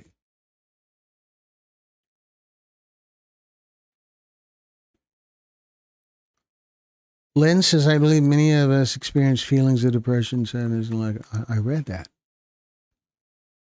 All right, we are going to wrap it up in a moment. Remember, what you take for granted, someone else is praying for. There is Brenda's special message about gratitude. Being grateful. I can't stress that enough. Being grateful about where you're at. You have you have you have blessings. You have you have things to be grateful for. Focus on those things and you will attract more things to be grateful for. And those things could be things, or it could be opportunities, or it could be connections, whatever.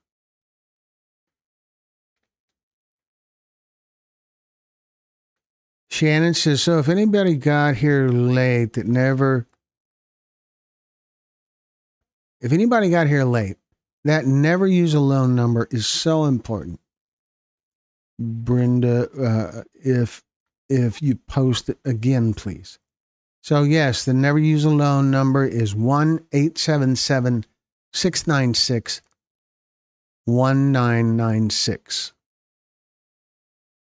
1-877-696-1996.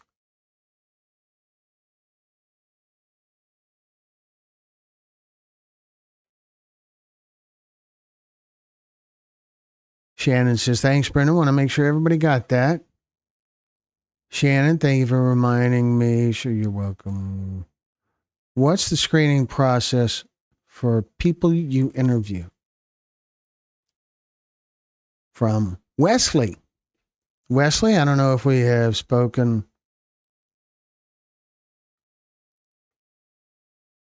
I don't know if we've spoken before. But Wesley, there is no screening process. We have never turned anyone away. I'm sure one day it'll happen. This community, this fentanyl community keeps throwing out these weird variables, but we have never turned anyone away. The biggest challenge for us is simple geography. We're based in Houston, Texas, and our storytellers are all over the country, and some are in other countries. That we get inquiries all the time. If people want to come to Houston, anytime we're in town, we're game. Otherwise, we have a private Facebook group called Texas Picture Storytellers, and that group is made up of people who have shared their stories with us and people who wish to share their stories with us. And we use that group to announce the locations we're going to be going to so that they get first crack at signing up when we're in a location. Like last week, we were in Memphis. And in a couple of weeks, we're going to be in southeastern Louisiana. And later on, we're going to be in North Carolina. Maybe Northern California later also. We have someone working on that, and someone in, I want to say Detroit. And we've had inquiries from Massachusetts, and we're going to be back in Florida later this year. So we travel around a lot. But the key thing is we don't turn anyone away. At least we haven't yet. I'm sure it'll happen one day. Don't die for the high. Call 1-800-972-0590. Has to run the purse for Brenda. Okay. And Brad says you're welcome to give him a call, and his phone number is right there in the chat. Brenda, we probably all need to know Nux's phone number.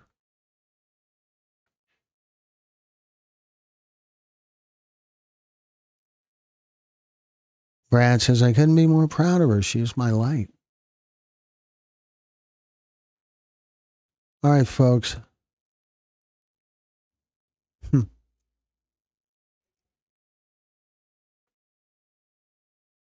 Brad, I will message you her number on Facebook, but I need to ask before I post it on an open forum such as this. Yes, for sure.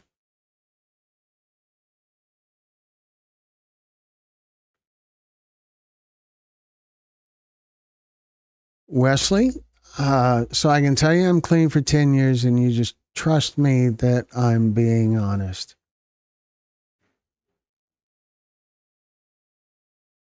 What's your goal here? Why do that? Why would anyone do that? And how would I confirm if I wanted to confirm that you were being truthful? How would I do that? Would I have you pee in a cup before the interview and test it? I don't understand where you're going with that. But no, there isn't a screening process. When the story gets published, there's kind of a screening process that comes from the viewers that the viewers will see through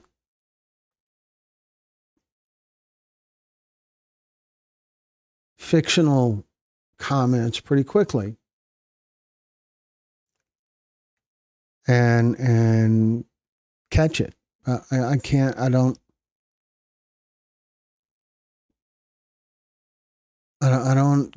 get your goal. How would I? What else could we do? You tell me you're clean for 10 years.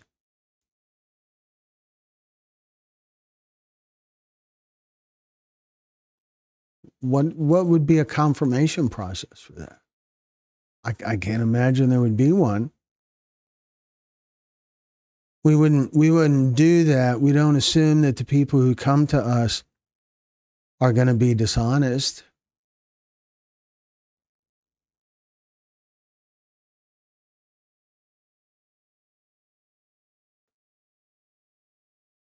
Curious about backing a story you didn't read into.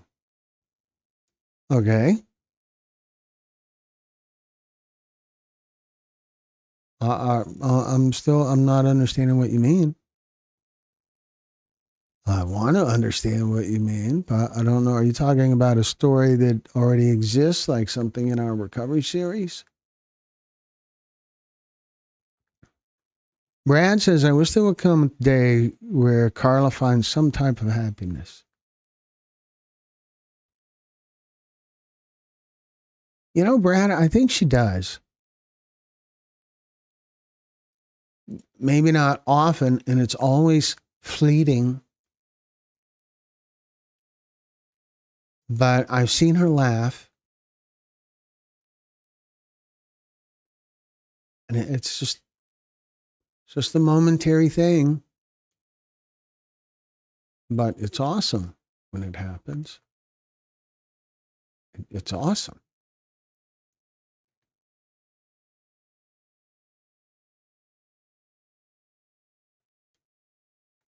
Model Lori, I'm new to this channel and it is helping me a lot. Well, that's wonderful, Model.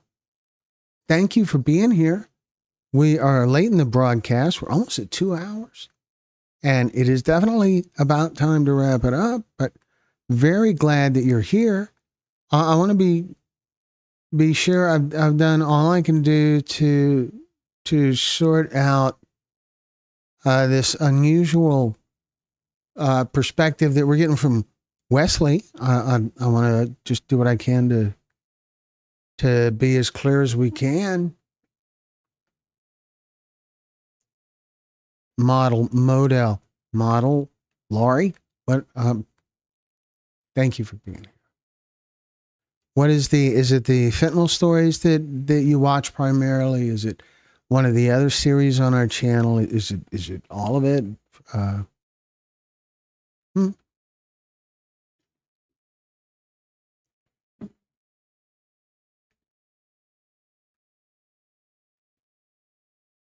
I'm still sorting out what this means. Backing a story you didn't read into. Read into.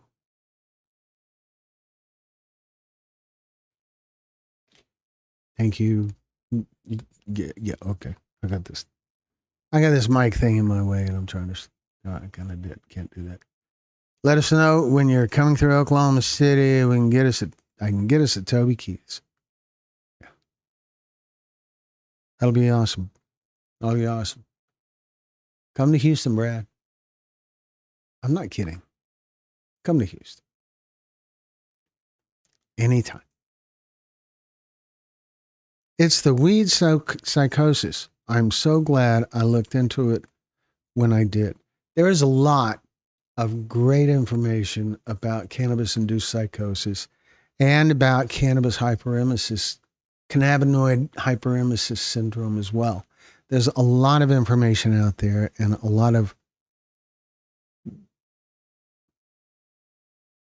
there's a lot of misinformation too. And it's such a weird topic because there are so many people who will leap to the defense of cannabis. There's even I made a video that was basically a rant about people leaping to the defense of cannabis by saying, "Well, what about alcohol?"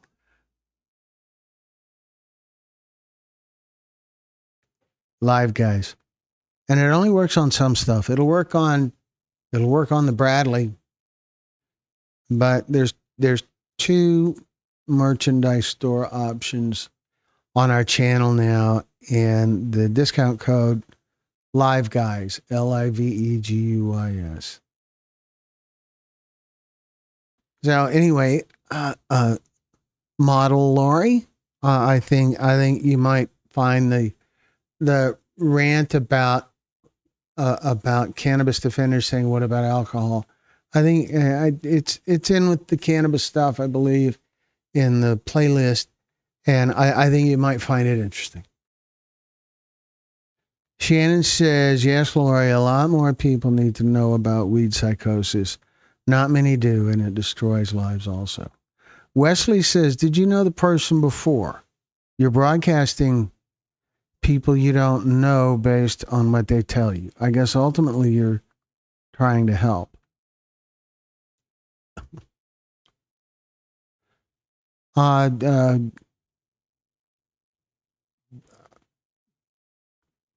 no, I don't know them before. Why would I? That would be a pretty small pool of storytellers. We have over 330 stories about fentanyl poisoning. We have over 60 stories about addiction recovery. We have over 20 stories about cannabis induced psychosis. We have 6 or 7 stories about human trafficking, 6 or 7 stories about domestic violence.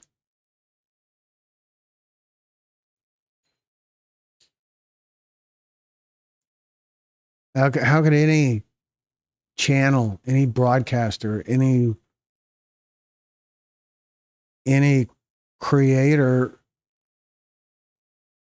produce that variety of content based on people they knew? Wesley, I feel like there's something that you'd like to say that you're talking around. You don't need to do that here. Model says, "Thank you, Shannon. Yeah, I have been smoking for years, drinking too. I'm I'm also pre-exposed due to my birth mom doing drugs. And I'm figuring out I am not a type of person who can do these things."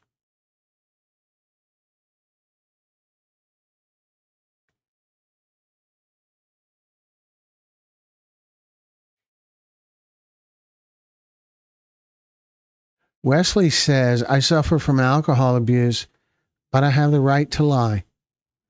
I think probably looking at lying as a right isn't the right way to look at it. You have the option to lie. And ultimately, I suppose everyone does have the right to lie, but why?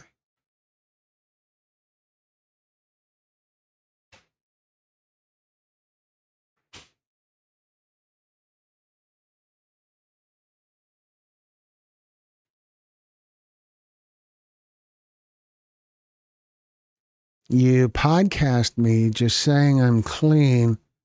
Who are you helping?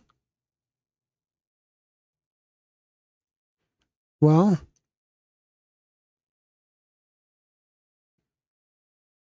I think probably the biggest reward for the stories that we publish on our channel is what each story does for the storyteller, the person who shares the story. In the case of the fentanyl stories,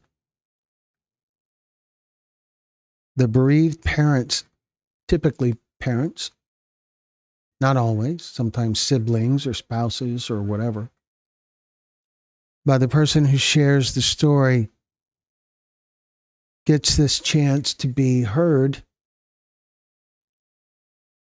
gets this chance to go through the whole process and pull just a little bit of value out of that terrible loss, because they get the feeling, the sense that that their loved one might help someone else by avoiding what happened to them. So there's that.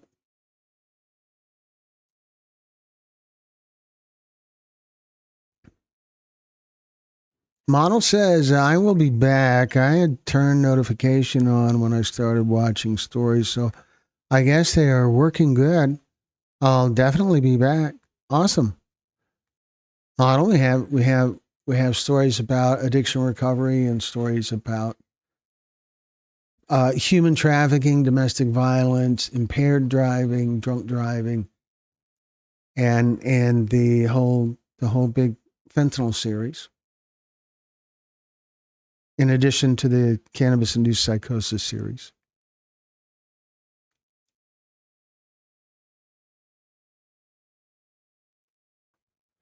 So Wesley, I'd love to learn more about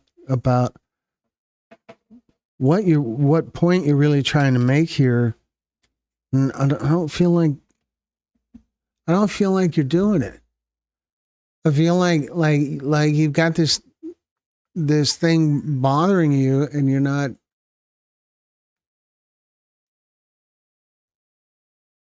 addressing it directly. Instead, you're kind of talking around it. That's the sense I get. I talk to people a lot, but I don't know. I feel like you're still being kind of vague. Are you in recovery? Do you want to be in recovery? Do you find some motive to lie about things? Do you feel like everybody else lies? Do you have have a problem with trust? I'm I'm kind of at a loss, but I'm trying to sort it out and understand.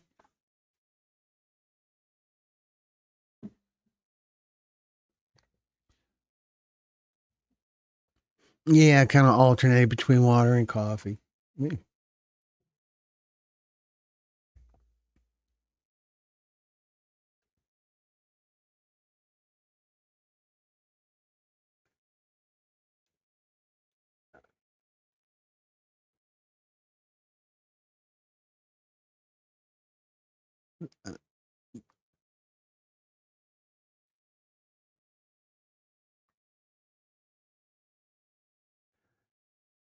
Wesley says asking questions is the way to answers. I'm only trying to understand your way of helping.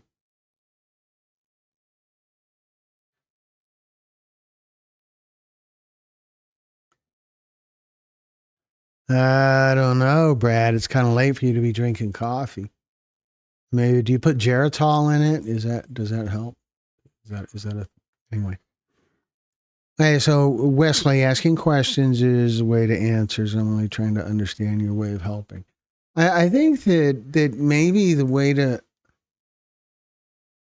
understand our way of helping it's it's a question that's better answered by audience, not not me, but by members of our audience. I know Brenda could answer that question, and I know other audience members could answer that question. And reading the comments on a lot of the stories would probably help give you some sort of insight on that question. This whole time I just totally forgot about the button where I'm supposed to insert commercials. So we'll be right back after this. All right, so I clicked the button again. I don't know what that did for me, but okay.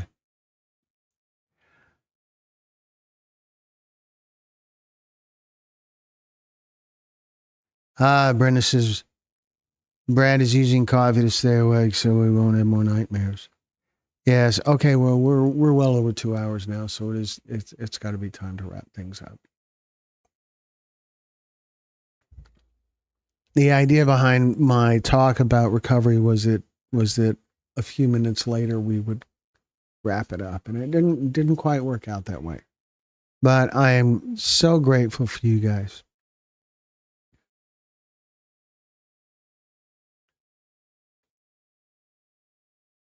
So Wesley, I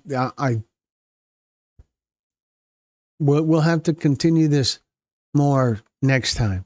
There could be possibly another live on Saturday, possibly. Otherwise, the next live will be Monday evening.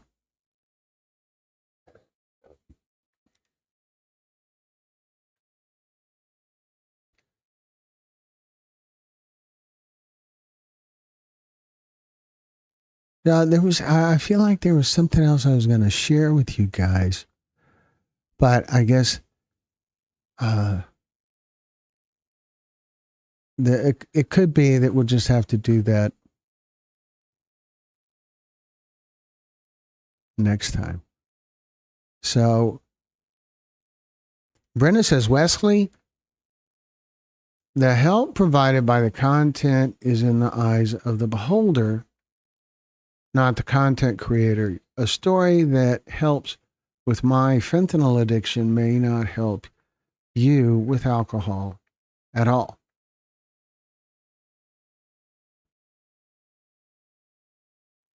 Model Lori, that's because I needed to catch you first while you weren't wrapped up because I needed to hear.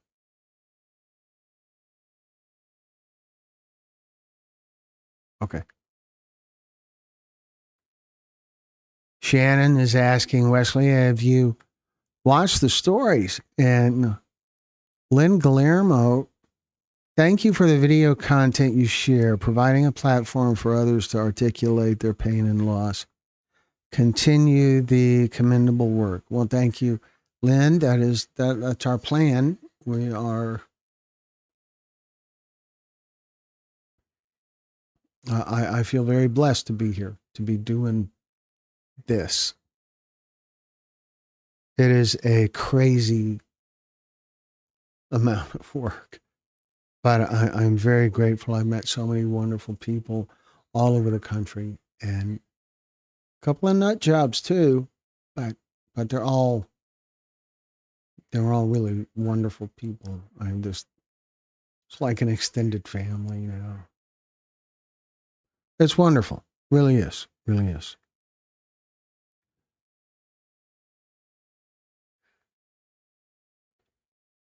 Model Lori says the comments in the stories help a lot too. Yes, yeah.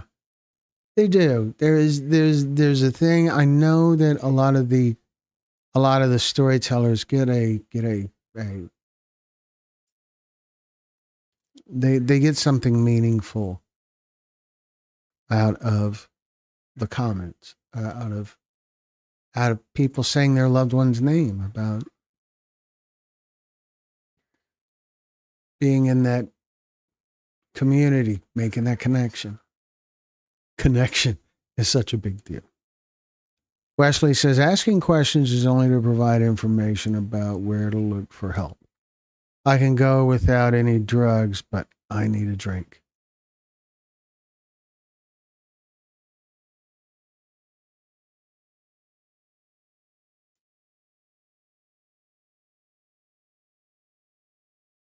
Wesley, the key thing,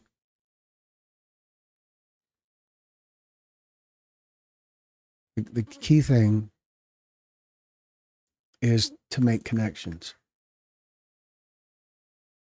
That's what I've learned from talking to people in addiction. Make connections. If you're around a bunch of people who are adamant supporters of the idea of not using whatever, that helps in a substantial way. And there are resources in whatever town you're in. There's some kind of resources there. There's a lot of information online. And there's help numbers, there's helplines. There's a lot out there.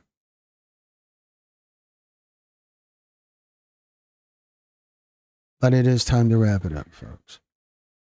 We've got Wesley. I hope you join us next time.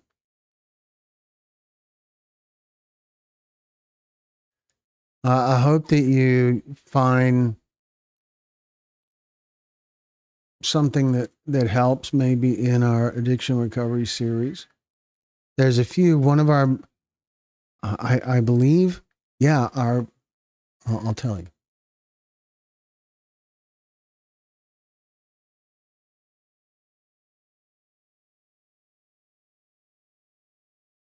There's a story that we published just a couple of days ago, maybe yesterday,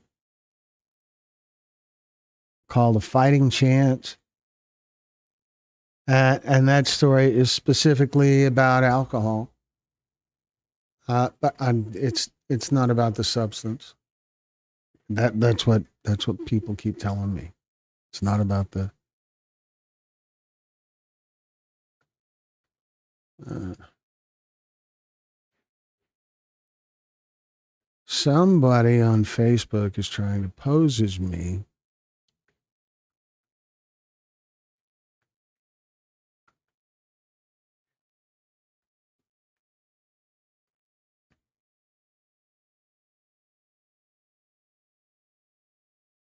Anyway, okay. This is the longest live ever so far. And so it is definitely time to wrap it up, because I'm pretty sure we're getting close to the end of the battery life for the camera that's doing all this. So there's that. And let's see, Model Lori says, thank you, Brenda. Yes, like my mom says, I can do hard things, but also, man, I'm going to be grumpy the next few weeks. I will have the strength through God as long as I keep asking for help. And Lila Mia says, a space program. I don't know what happened there.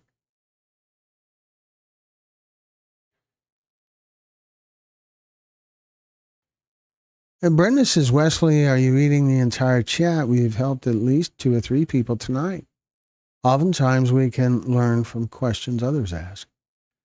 Yeah, and I think that Wesley has helped us learn things too, for sure. But we got to wrap it up for now. It's getting late. And we have been here 2 hours and 15 minutes. So, I always like to stress to everyone that we're here for you guys. You are welcome to reach out to us anytime. You can find us on Facebook, or you can reach out to us here on YouTube. And you can also email us. Our email is info@texas-pictures.com. Find us on Facebook by my name, Glenn Muse, or by Texas Pictures. And you can also visit our website, texas-pictures.com, where you'll find information about how to share your story, information about our merchandise store, and other information about us, about how we started and our mailing address and things like that. Wesley says, I'm not judging, I'm just asking my own questions for my problems. We appreciate you being here, Wesley. Really. And hope we see you here again. But this is going to be it for today, folks. So I will see everyone hopefully next time. Until then, good night, folks.